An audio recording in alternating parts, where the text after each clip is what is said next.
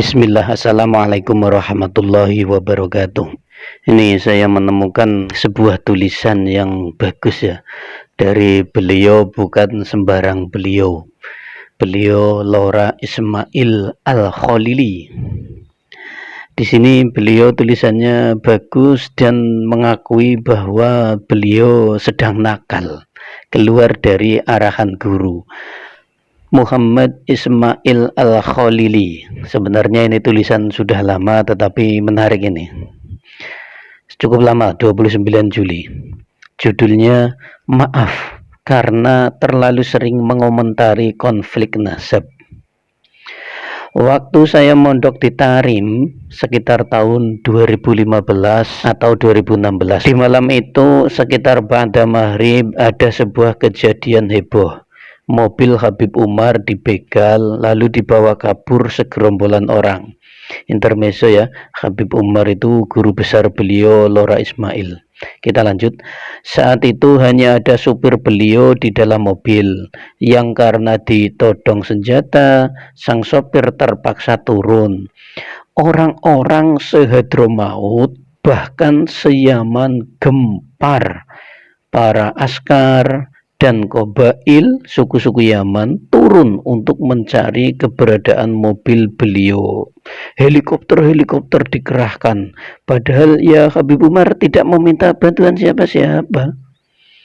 Di sini beliau menyatakan orang se-Yaman gempar, tapi kita buktikan, kita cari di Google apa benar Yaman gempar itu ya waktu itu.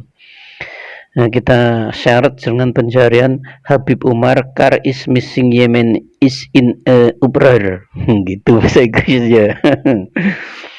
Kita cari ini ternyata tidak ada ya, tidak ada berita bahwa Yaman, orang se-Yaman gempar akibat Habib Umar kehilangan mobil atau mobil Habib Umar hilang. Ini belum kita temukan ya dalam redaksi bahasa Inggris, atau mungkin ini ya, kita cari bahasa Indonesianya.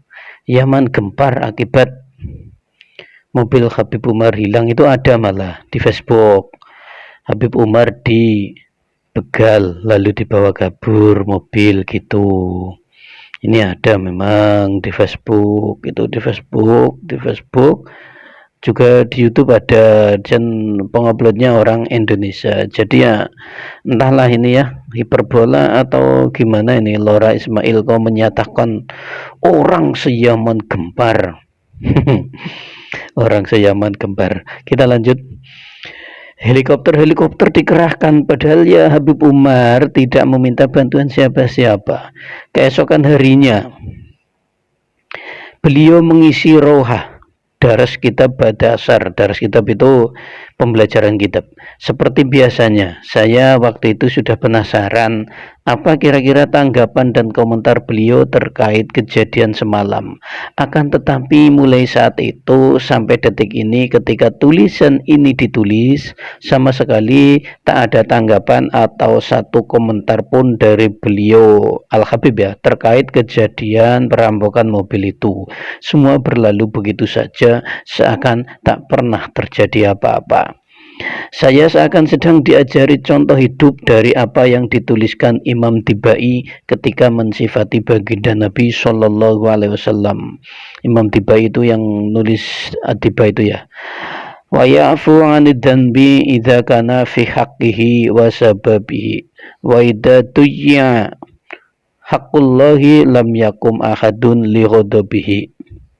Ini tidak diartikan, tapi artinya ya Kanjeng Nabi Muhammad Shallallahu Alaihi Wasallam itu memaafkan ketika diri beliau sendiri yang dihina atau beliau sendiri yang mendapat keburukan dari orang-orang. Tetapi ketika yang dihina itu hak Allah, tidak ada seorang pun yang mampu membendungnya. tidak mampu membendung kemarahan Nabi Muhammad Shallallahu Alaihi Wasallam begitu.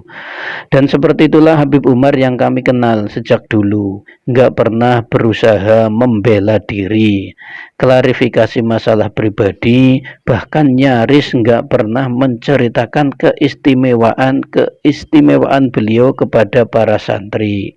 Nyaris nggak pernah berarti pernah ya. Kita garis bawah itu. Kalau nyaris tidak pernah berarti pernah. Kalau mengatakan nyaris pernah berarti tidak pernah. Begitu guys. Dan itulah yang selama ini beliau ajarkan kepada kami. Jangan ikut berkomentar atau mencaci, jangan masuk dalam lingkaran konflik atau membahas hal sensitif yang dapat memicu perdebatan, bahkan jika itu berkaitan dengan kekurang ajaran mereka terhadap kamu atau gurumu. Ini dengarkan beliau, jangan beliau Habib Umar, jangan ikut berdebat-debat itu Bu Hanifah itu yang di Facebook, jangan ikut-ikut ya. Beliau pernah menyampaikan kepada kami, langsung saja ya terjemahannya, bawalah rasa kasih sayang untuk semua hamba Allah.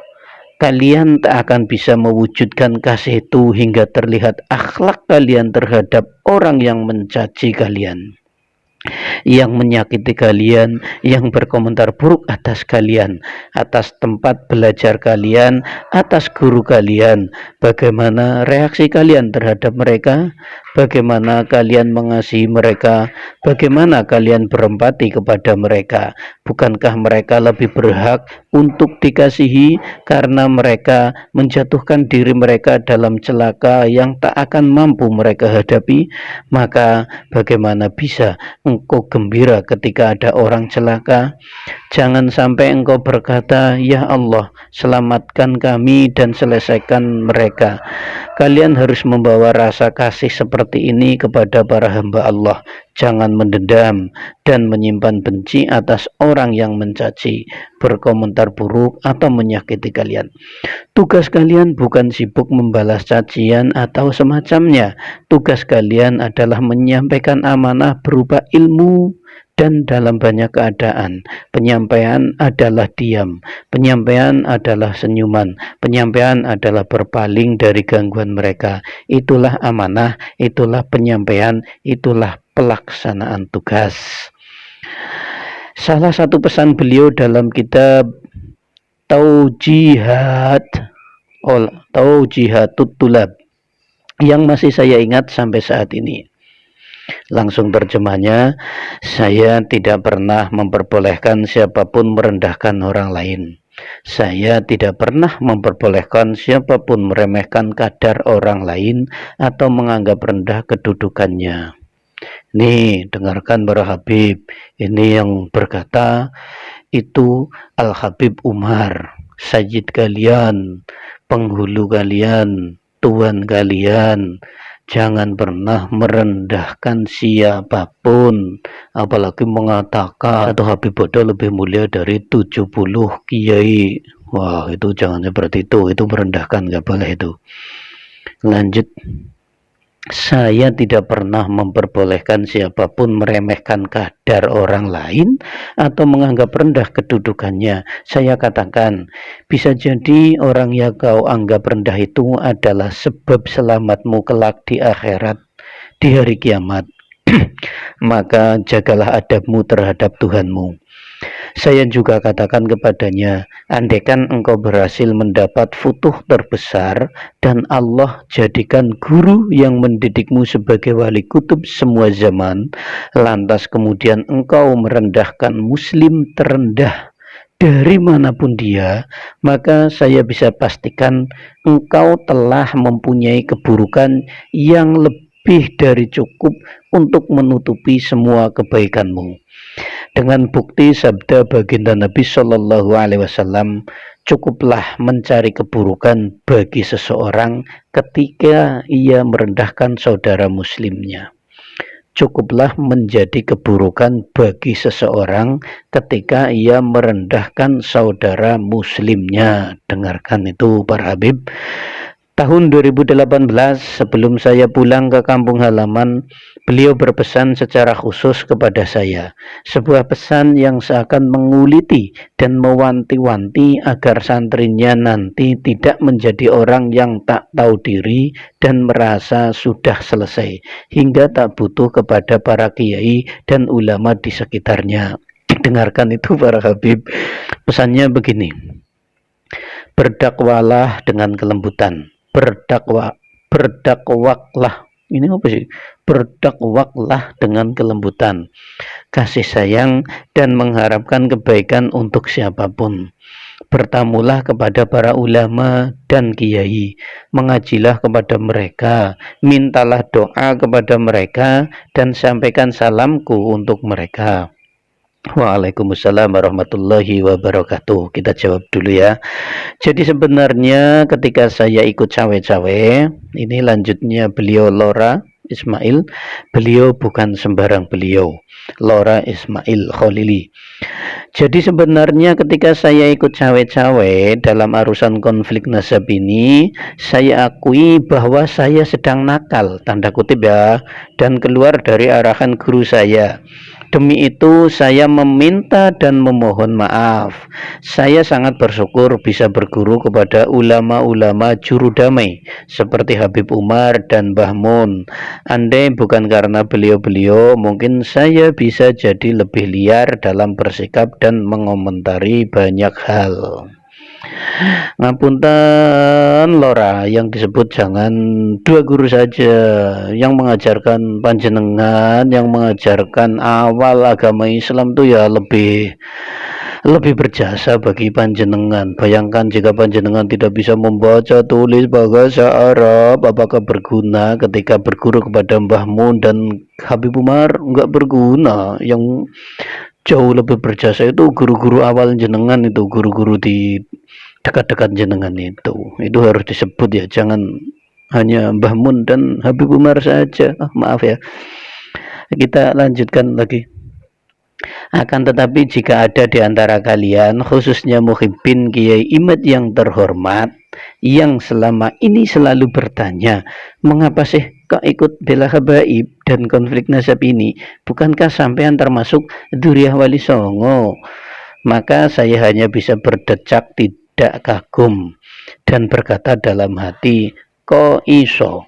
Saya tidak tahu lagi orang model itu beneran polos atau sedang pura-pura lugu. Saya akan balik bertanya kepada mereka, khususnya yang mengklaim dirinya dari golongan santri. Jika kalian merasa heran dan berpikir bahwa seharusnya reaksi seorang santri yang gurunya direndahkan dan dihina adalah nyantai, senyum-senyum, dan cengengesan belaka, maka logika dan nurani seperti apa yang kalian gunakan? Lisanul hal, setiap santri di dunia ini pasti akan berkata seperti sahabat Zaid bin Dasinah ketika ditawan dan ditanya, apakah kau rela Muhammad menggantikan posisimu? Jawabnya sahabat Zaid, demi Allah, aku tak akan pernah rela beliau sekarang di tempatnya tertusuk duri, sedangkan aku duduk bersama keluargaku. Jadi silahkan kalian pahami konsep permasalahannya. Kalau udah paham, setelah itu mau tetap merasa heran, mau bilang saya budak, mau bilang saya jongos, maka monggo-monggo saja. Sakerson jenengan mau berkomentar apa. Saya nggak cari aman dari itu dan sama sekali nggak peduli. Ora urus bahasa Jawa ya. Pada akhirnya saya bukan orang yang anti kritik. Tapi saya hanya ingin berkata khususnya kepada muhibbin Kiai Imad yang masih menganggap konten-konten sampah seperti di bawah ini sebagai sebuah kritik ilmiah. Kita memang tidak harus berpikir sama, tapi mari kita sama-sama berpikir. Ismail Amin Khalil, Jakarta, 29 Juli 2024.